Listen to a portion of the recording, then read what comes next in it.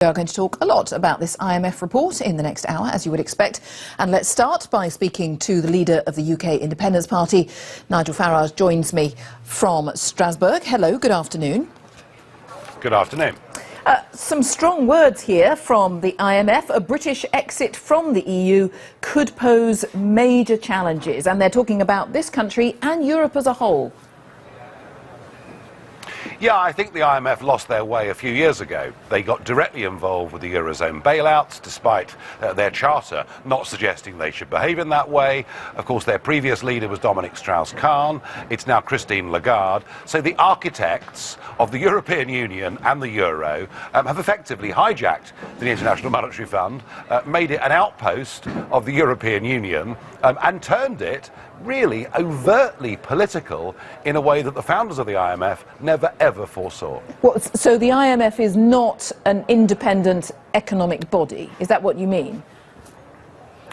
I think the IMF was respected for decades as being an independent economic body, which when the Eurozone hit, and under the leadership of their two big bosses, has become intensely political and is there and sees one of its main jobs now to support the project of European Union and indeed the Euro itself.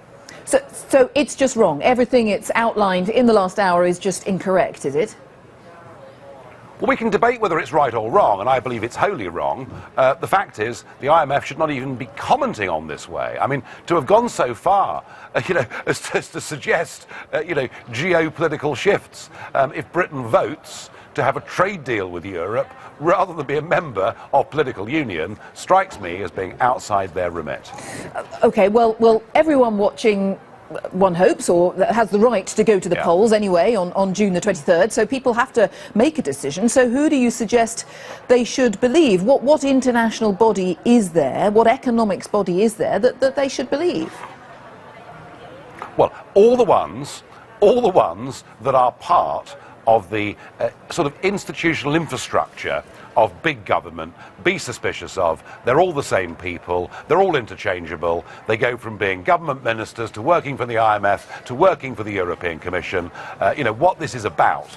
This is about big politics and big banks and big businesses trying to bully the British people into staying part of a status quo that is not really working. And when they talk about economic shocks, I mean, the Austrian banking system and Greece needing a fourth bailout, which is very likely over the course of this summer, they will cause far bigger shocks than Britain. And all we're doing is changing our relationship.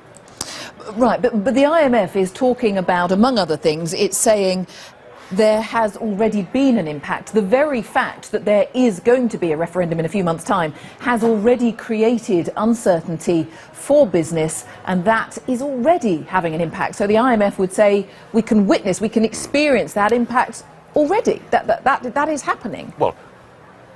Well, Deutsche Börse have just launched a £20 billion bid to take over the London Stock Exchange. Toyota have announced they're investing in new plant, as have several other foreign-owned manufacturers. And these arguments about investment, I mean, look, I heard these same arguments from all the big global institutions 15 years ago who told Britain if she didn't join the Euro, direct investment into our country would dry up to almost nothing, and in fact we've led the rest of the EU for the last 15 years. So these are scare stories, these are warnings. This is about politics, not about economics. It's about defending this European Union. And I was with the French Prime Minister, Manuel Valls, at lunchtime, and he said very clearly that if Britain leaves the European Union, it will do political damage to the European Union itself. And he's right.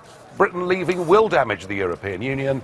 It may even give us a Europe, a few years down the road, of sovereign democratic nation states working and trading together. But it would damage trade as well, wouldn't it? Because if, as a nation, we all woke up on June the 24th, discovered that Britain had voted to leave the EU, there are years and years of trade deals, agreements that would need unpicking, and that would be a long, laborious process. And surely it's not wrong to say that would cause enormous uncertainty and therefore have an enormous economic impact.